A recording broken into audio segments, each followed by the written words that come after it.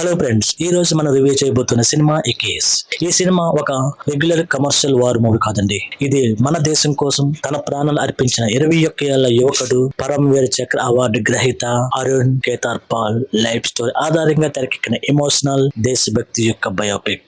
Director Sriram Raghavan తీసిన serious tone war drama ఇది. ఈ సినిమా సుమారు 2 గంటల 20 నిమిషాల రన్ టైమ్ తో హిందీ లాంగ్వేజ్ లో తెరకెక్కిన ఈ మూవీ జనవరి 1, 2026లో థియేటర్ లో రిలీజ్ అయిందండి.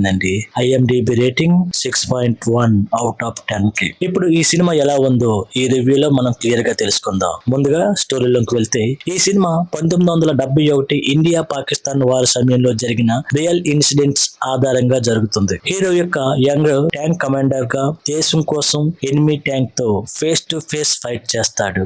వార్ సీన్స్ మాత్రమే కాదు, hero training days, family bonding, fathers and emotions, duty mad the dedication, ఇవన్నీ బ్యాలెన్స్డ్ గా చూపించారు. ఎస్పెషల్లీ సెకండ్ హాఫ్ లో వచ్చే వార్ ఎపిసోడ్స్ కు చాలా ఎమోషనల్ గా కనెక్ట్ అవుతాయి. యాక్టింగ్ పెర్ఫార్మెన్స్ విషయానికి వస్తే, హీరో రోల్ చేసిన అగస్త్యానంద పెర్ఫార్మెన్స్ సిన్సియర్ గా ఉంటుంది. డెబ్యూ మూవీ అయినా ఎఫర్ట్ క్లియర్ గా కనిపిస్తుందండి. సినిమాలో బిగ్గెస్ట్ హైలైట్ మాత్రం ఫాదర్ రోల్. ఆ క్యారెక్టర్ ఎమోషనల్ డెప్త్ మూవీకి స్ట్రాంగ్ బ్యాక్ బోన్ గా పనిచేస్తుంది. సపోర్టింగ్ యాక్టర్స్ కూడా చాలా బాగా రియలిస్టిక్ గా పెర్ఫార్మ్ చేశారు. ఇంకా డైరెక్టర్ మూవీని కమర్షియల్ మాస్ స్టైల్లో కాకుండా రియలిస్టిక్ వార్ డ్రామా స్టైల్లో తీశారు. వార్ సీన్స్ సినిమాటిక్ గా కాకుండా నేచురల్ ఫీల్ వచ్చేలా డిజైన్ చేశారు. బ్యాక్గ్రౌండ్ మ్యూజిక్ కూడా దేశభక్తి మూడ్ క్రియేట్ చేస్తుంది. టెక్నికల్ ఆస్పెక్ట్స్ గురించి మాట్లాడితే, సినిమాటోగ్రఫీ చాలా నీట్ గా ఉంది. ట్యాంక్ బ్యాటిల్ సీన్స్ బిలీవబుల్ గా కనిపిస్తాయి. ఫీల్డ్ సెటప్ కూడా 1970s అట్మాస్ఫియర్ ని కరెక్ట్ రీక్రియేట్ చేసింది. ప్రొడక్షన్ క్వాలిటీస్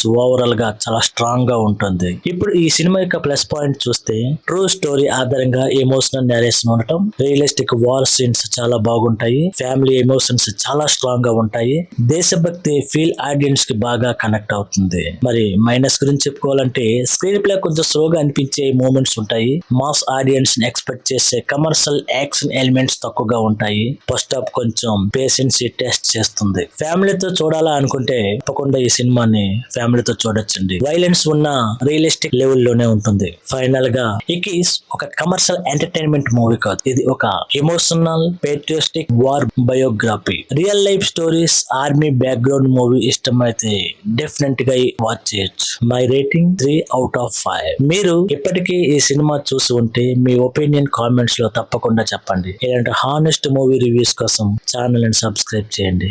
వీడియోకి లైక్ చేయడం మాత్రం మర్చిపోవద్దండి. నెక్స్ట్ వీడియోతో మళ్ళీ కలుద్దాం. Thank you.